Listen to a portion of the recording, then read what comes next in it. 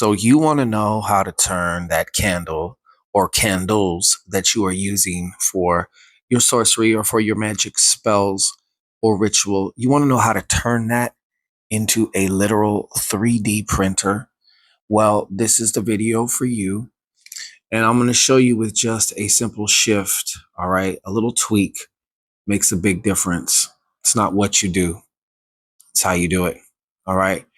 First off, I want to just share with you a few things that you need to know. Maybe you already do know some of these things or not, but it revolves around candle magic in and of itself. With this understanding, it makes the tweak that I'm about to show you 1,000, if not 1,000,000 times stronger.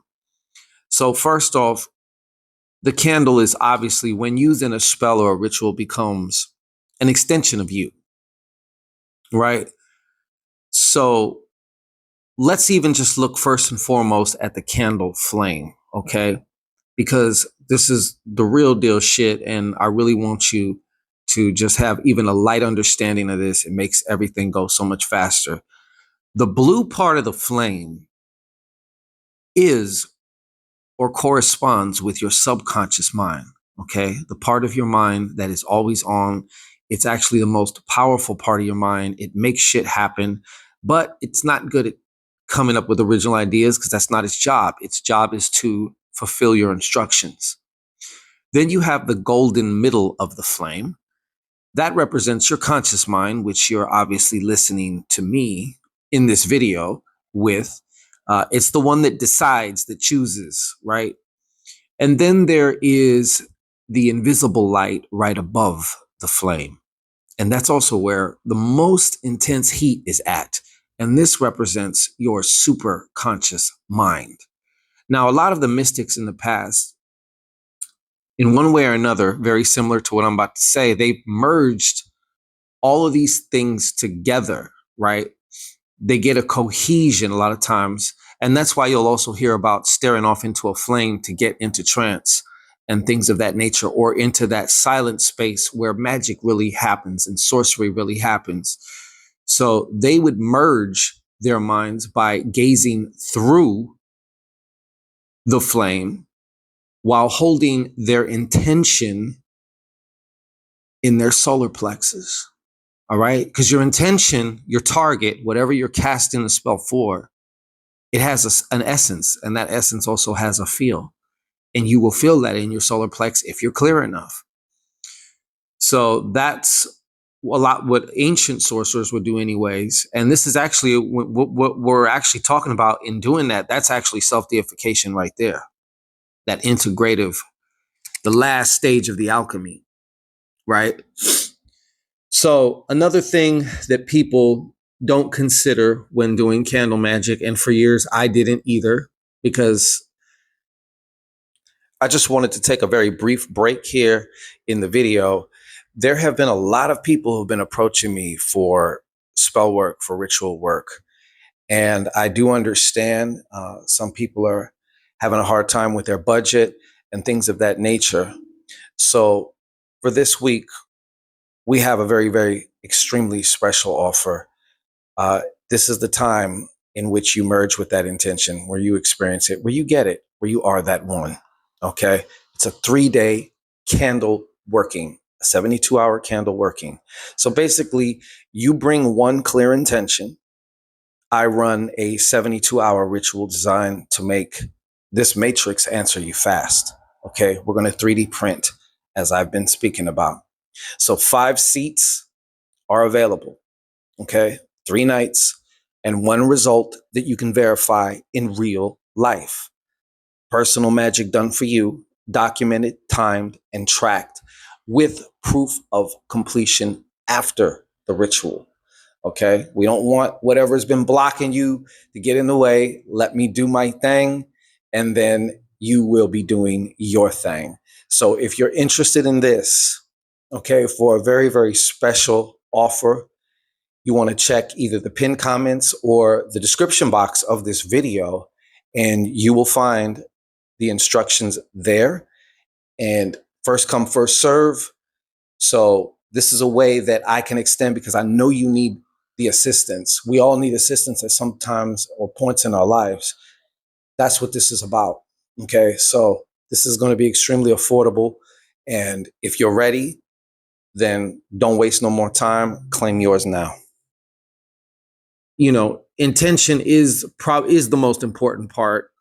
But if you're going to use some things, and if you have a choice and you might as well make sure everything is pointing in all the same direction. Everything is aligned. Everything is in harmony. So a lot of people align their candles just based on the colors, right? Because colors represent different frequencies. Understandable.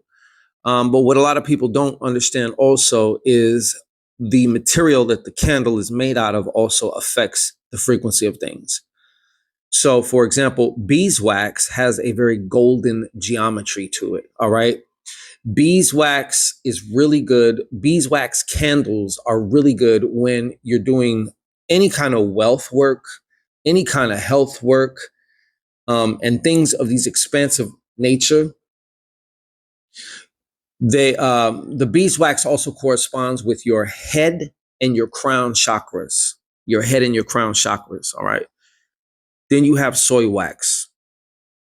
Soy wax will transmute your intention through lunar and through water channels, through lunar and water influences.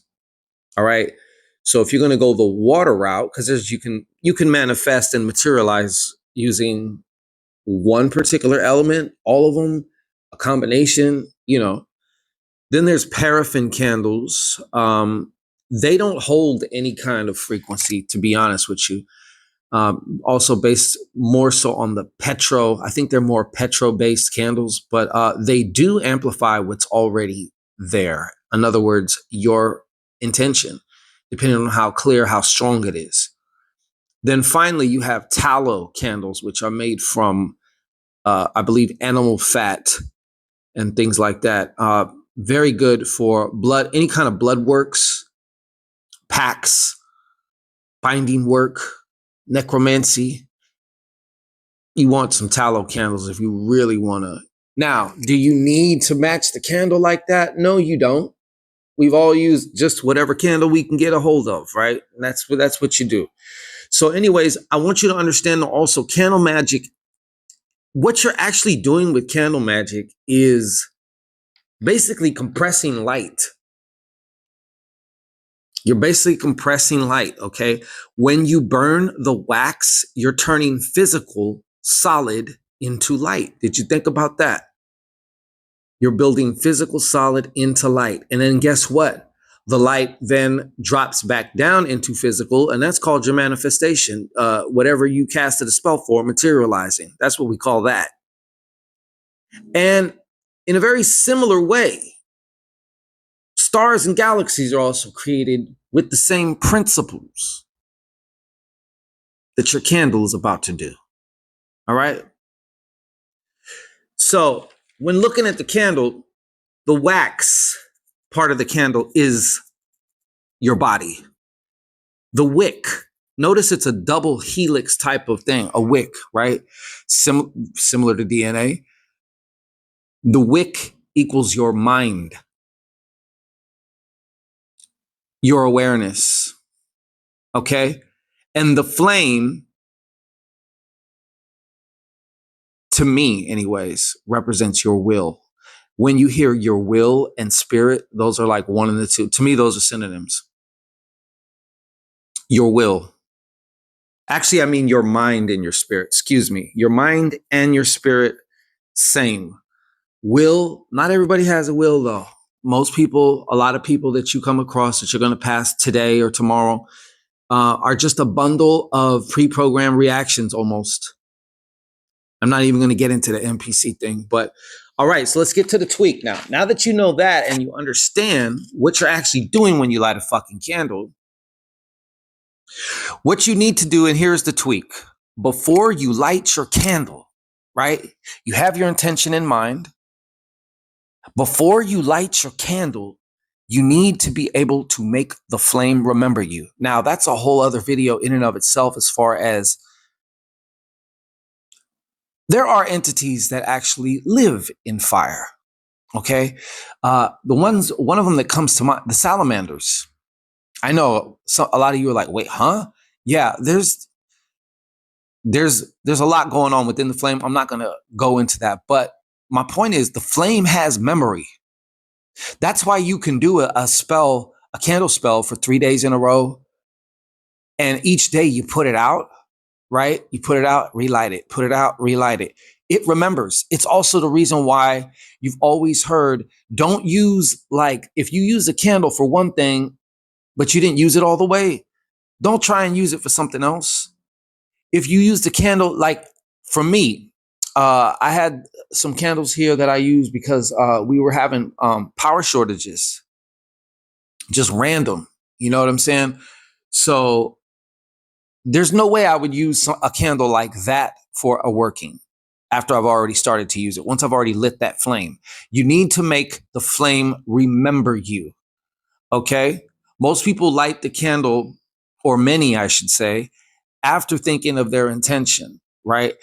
The only issue with that a lot of people experience also is the flame cannot hear you if it hasn't been introduced to you. All right. So what we're going to do is we're going to make sure that this flame remembers you.